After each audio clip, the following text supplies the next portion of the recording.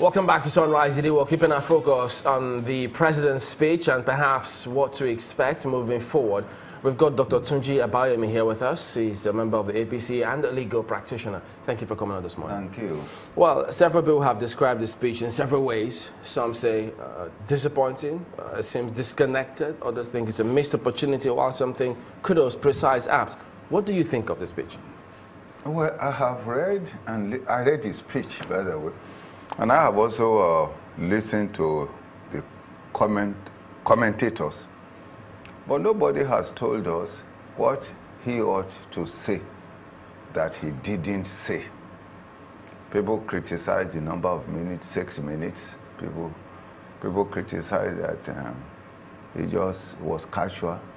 But nobody, I read his speech, and I think it's very, very presidential, in my view.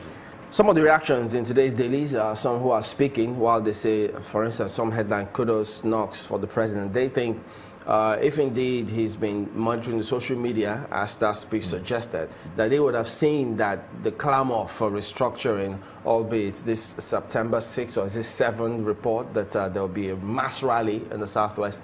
They then think that the president should have spoken directly to that, but when he did say National Assembly, he appeared to have buried the matter. He would not want to listen to any of it, hence the use of the word non-negotiable, and they think that sounds dictatorial. I don't think so. First of all, a serious president must think before reacting. He must avoid what Pablo Ferrari calls mental activism. Speech without reflection. If there are issues that are agitating Nigeria, I will expect that a president will sit down, spend some time looking at it before formally reacting. Well, this is the same president who said that he's in touch and abreast with every happenings at home, yes, even while in London. So how do you reconcile that he's unable to address the agitations, for instance, is unable to address in his speech, even ASU, is unable to address the so many resurgents that we've seen in the Northeast? The issue of agitation in Nigeria is not a matter that a president can just attend to extemporaneously. I will expect a president to have further dialogue with somebody like the vice president. The issue goes beyond just agitation. It has something to do, it has the connotation of law, constitutionalism, social interest, political competition, ethnic relationship, regional influence, and so on and so forth. But there wasn't the hope element in it.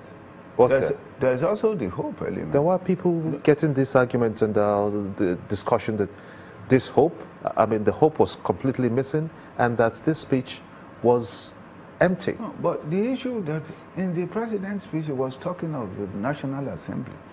We cannot move forward without the National Assembly. Let me explain to you. All the issue of restructuring, people are just talking about it. Has anybody actually operationalized the issue of restructuring in this nation? Nobody has. You cannot, like I said during the democracy election that I delivered in Ondo State. It is only a constitution that can restructure a nation. People keep talking about, and how do you bring about the constitution? It is impossible to bring it about without the National Assembly. The National Assembly, to bring about a constitution that will restructure Nigeria, because the National Assembly has a delegated power of the people of Nigeria by their votes. It's only the National Assembly that can pass a law to enable the people to give to themselves a constitution. And that is just like in Britain, they don't have a written constitution, but the government is legitimate. And it is only the National Assembly that can set the perimeters. So when the president is saying that we have the National Assembly that can look into the issues in this nation, he's very right from the legal and constitutional perspective. no other person. All the agitation, whether it is in the West or how do you bring it about? How do you operationalize So what would you say this APC government is telling Nigerians when it constitutes a committee to restructure Nigeria headed by Nasir El-Rufai? Is it lying to the people of this country? No, when they're doing that, they are obviously going to receive ideas. Ideas matter. Why don't you just go straight to the National Assembly and don't constitute that committee? Well, obviously they're going to, if they're going to even go to National, they will have to present somebody. They will have to convince the National Assembly. As of today, the National Assembly does not see its own job, the significance of its own job. And if you look at National Assembly, it's not even sure that they are interested in that. All they are interested in is amendment of the Constitution. And that amendment will only preserve their privileged position. For example, restructuring this nation may require that the National Assembly is abolished or is constricted to only one chamber.